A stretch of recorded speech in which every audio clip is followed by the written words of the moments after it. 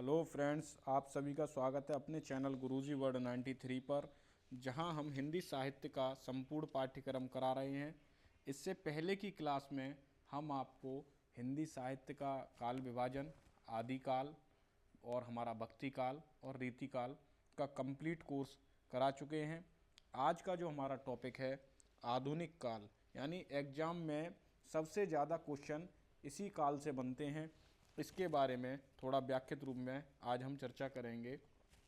देखिए, आधुनिक काल 1850 ईस्वी से अब तक का काल को हम आधुनिक काल कहते हैं। ठीक है, लेकिन आधुनिक काल का जो नाम है, आप देखो इसी से लगाओ। आधुनिक काल यानी कुछ पुरानी विचारधाराओं से हटके कुछ नया सोचने को हम आधुनिक काल कहते हैं। ठीक है, अगर आधुनिक काल का हम नामकरण जो किया है लोगों ने, जैसे कि गद्य काल को हम आधुनिक काल भी बोलते हैं। आधुनिक काल या गद्य काल, यह आचार्य रामचंद्र शुक्ल ने कहा। लेकिन आचार्य रामचंद्र शुक्ल ने गद्य काल या आधुनिक काल जो माना, वो कब माना, तो इनके बारे में भी हम थोड़ा डिटेल में जानते हुए चलेंगे कि सन 1868 ईस्वी में 1868 ईस्वी में कवि वचन सुधा के प्रकाशन से, किसके? कवि वचन प्रकाशन, कवि वचन सुधा के प्रकाशन से माना। किसने? आचार्य रामचंद्र शुक्ल ने गद्यकाल या आधुनिक काल। इन्होंने जो आधुनिक काल का जो नामकरण माना वो गद्यकाल या आधुनिक काल माना, लेकिन इन्होंने आधुनिक काल सन 1868 ईस्वी से माना। और यह बहुत ही जानी मानी हस्ती रहे हैं हिंदी साहित्य के इतिहास में, और हर बार इनको ही सबसे पहले प्राथमिकता दी गई है, उसके बाद किसी अदर को। ठीक है, वर्तमान काल मानने वाले थे मिश्र बंधु। ठीक है, वर्तमान काल माना हमारा मिश्र बंधु ने। अच्छा, आधुनिक काल को आधुनिक काल डॉक्टर रामकुमार वर्मा, डॉक्टर गणपति चंद्र गुप्ता, गुप्ता कर लेना यहाँ पे। ठीक है, इन्होंने भी इसको आधुनिक काल माना। आधुनिक काल को पुनर्जागरण काल किसने माना? डॉक्टर नगेंद्र ने। लेकिन डॉक्टर नगेंद्र ने भी इसको कब माना? आपको याद हो 1857 में जब पहला हमारा प्रथम स्वतंत्रता संग्राम हुआ था, जो मंगल पांडे ने किया था स्वतंत्रता संग्राम, उस टाइम पीरियड में इन्होंने आधुनिक काल को पुनर्जागरण काल, यानी इनके द्वारा जो मत है कि आधुनिक काल की जो प्रारंभ हुआ वो 1857 से हुआ। ठीक है, ऐसे ही आचार्य रामचंद्र शुक्ल ने कब से माना? 1868 ईस्वी से जब कवि वचन सुधा नाम की प्रकाशन हुआ। ठीक है, और सर्वमान्य समय इन्हीं का ही है, ये भी आपको याद रखना है। ठीक है, एक और पॉइंट मैं आपको नीचे लिखा देता हूं कि 1850 ईस्वी में 1850 ईस्वी में भारतेंदु जी का जन्म हुआ। इस टाइम यानी 1850 से ही आधुनिक काल का आरंभ मानने वाले थे हमारे मैनेजर पांडे।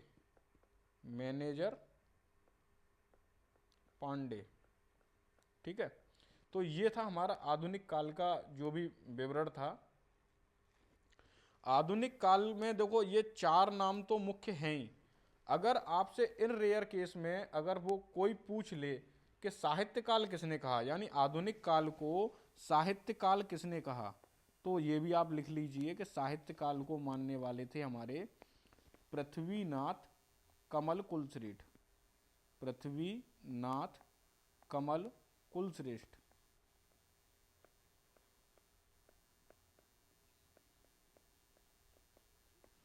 ये था पूरा हमारा आधुनिक काल के बारे में डिटेल।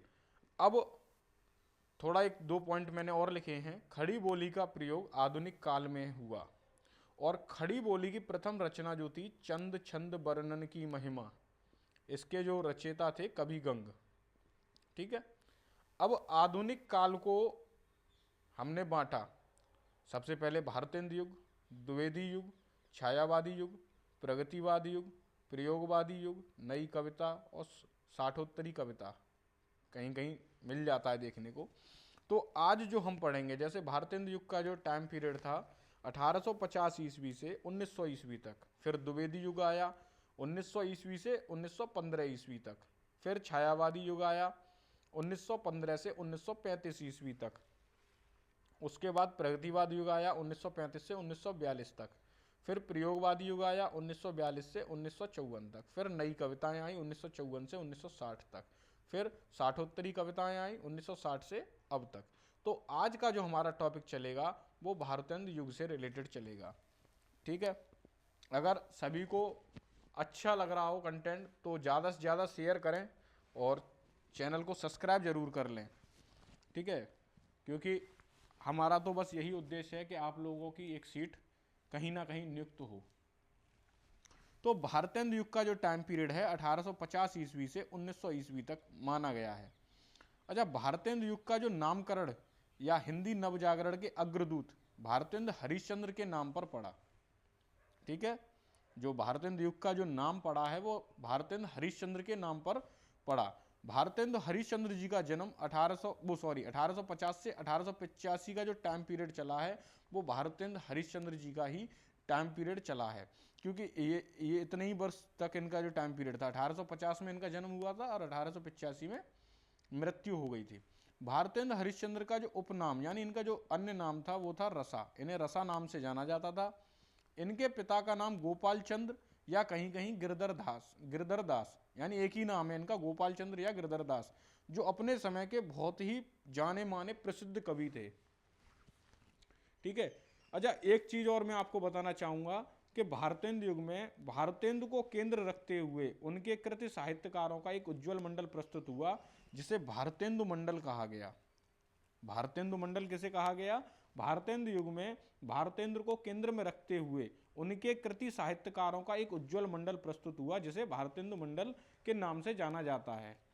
ठीक है, अब भारतेंदु युग की हम कुछ विशेषताएं, साहित्य की विशेषताओं को समझते हैं। नवजागरण का काल क्यों कहा गया भैया? देखो उस टाइम पीरियड यानी 1850 में आपने देखा होगा कि बहुत सारे मतलब ब्रिटिश का साम्राज्य चल रहा था, देश बहुत सी विषम परिस्थितियों से गुजर रहा था, है ना, बहुत सी कुरीतियां फैली हुई थी। तो इस टाइम पीरियड को मतलब अपने लोगों में एक विश्वास जगाने के लिए ऐसे कवियों की जरूरत थी जो ऐसी रचनाएं करें जिससे देश का जागरण हो, मतलब देश में जागृति पैदा हो, देश उन्नति की ओर अग्रसर करे। तो इसे नवजागरण काल भी कहते हैं। सामाजिक चेतना, जो समाज में फैली कुरीतियां मतलब सती प्रथा वगैरह इन सब को लेके या छुआछूत जो भी था, तो उन लोगों में सामाजिक चेतना को जगाना इस काल का महत्वपूर्ण योगदान रहा है।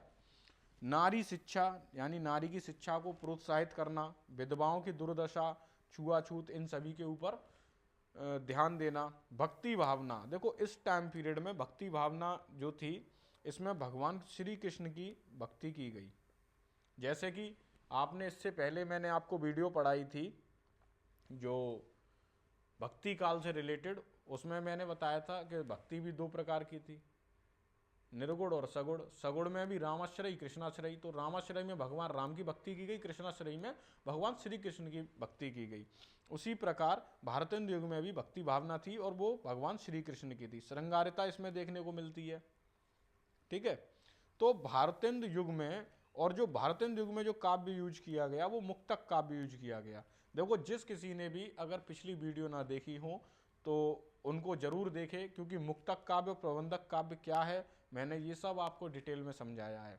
मुक्तक काव्य यानी मुक्त यानी जो बिल्कुल स्वतंत्र हो, यानी ऐसा कोई छंद या ऐसी कोई रचना जो अपने आप में ही परिपूर्ण होती है, किसी अन्य की जरूरत नहीं होती, उसे मुक्तक काव्य कहते हैं। इस युग में ब्रज भाषा का प्रयोग किया गया।